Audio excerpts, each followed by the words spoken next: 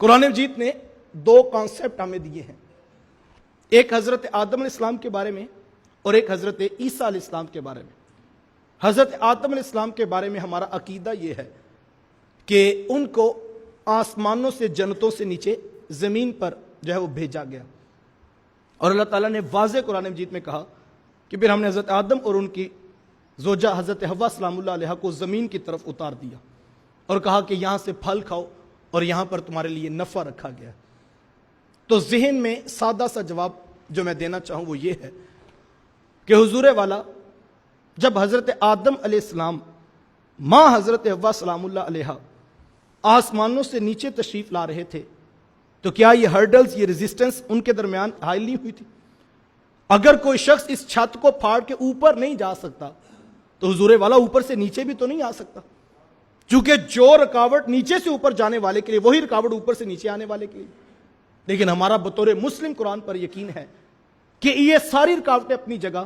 لیکن اس کے باوجود حضرت آدم علیہ السلام آسمان سے نیچے زمین پر تشریف لائے۔ دوسرا عقیدہ ہمارا حضرت عیسیٰ علیہ السلام کے بارے میں ہے کہ وما قاتلوہ وما صلبوہ، ان کو نہ قتل کیا گیا نہ ان کو سولی چڑھایا گیا، ولکن شبہ لہم، بلکہ ان کو اوپر آسمانوں کی طرف اٹھا لیا گیا۔ عیسائیوں کا نظریہ کچھ اور ہے، لیکن ہمارا عقیدہ یہی ہے کہ عیسیٰ علیہ السلام کو نیچے زمین سے اوپر آسمانوں کی طرف اٹھا لیا گیا۔ تو حضرت عیسیٰ علیہ السلام کا آسمانوں کی طرف اٹھایا جانا یہ بھی ہمارا یقین اور عقائد میں شامل ہے، اور حضرت آدم علیہ السلام کا ماں حضرت حوا سلام اللہ علیہ کے آسمان سے نیچے زمین پر آنا بھی ہمارا یقین اور ہمارا عقیدہ ہے۔ اب میرا سادہ سا سوال ہے، حضور والا یہ ساری رکاوٹیں اپنی جگہ، لیکن اس کے باوجود حضرت آدم علیہ السلام ماں حضرت حوا سلام اللہ علیہ آسمان سے نیچے آ سکتے ہیں، حضرت عیسیٰ علیہ السلام نیچے سے اوپر جا سکتے ہیں، تو کیا یار ساری رکاوٹیں میرے رسول کے راستے میں کھڑی ہیں؟ لیکن صحیح فرق ہے، اگر حضرت آدم علیہ السلام آسمان سے نیچے تشریف لائے ہیں تو بھی اوپر نہیں گئے، اگر حضرت عیسیٰ علیہ السلام نیچے سے اوپر تشریف لے کر گئے ہیں ابھی تک واپس پلٹ کر نہیں آئے،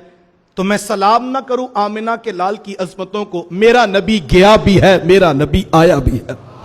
کوئی حد ہے ان کے عروج کی، بالغل اولا بے کمال ہی۔ ایک بزرگ فرمایا کرتے ہیں لوگ تو اس بات میں حیرت زدہ ہیں کہ حضور اتنی بلندیوں پر چلے کیسے گئے۔ آپ فرماتے واقعی یہ بھی ایک حیرت زدہ بات ہے، انسان کی عقل عاجز آ جاتی ہے کہ اتنی بلندیوں پر چلے کیسے گئے۔ وہ بزرگ فرماتے ہیں جانا بھی بہت بڑی عظمت ہے، لیکن میں تو حیران اس بات پہ ہوں کہ لوگ جانے پر سوال سوچ رہے ہیں کہ اتنی عظمتوں پر چلے کیسے گئے، اور میں تو اس بات پہ حیرت زدہ ہوں اتنی بلندیوں پر عرش الہی میں قربت خدا کو دیکھ لینے کے بعد پھر میرے محبوب واپس پلٹ کیوں آئے ہیں؟ جانا ہی کمال نہیں صاحب، اتنی عظمتوں سے واپس امت میں پلٹ آنا بھی تو کمال ہے۔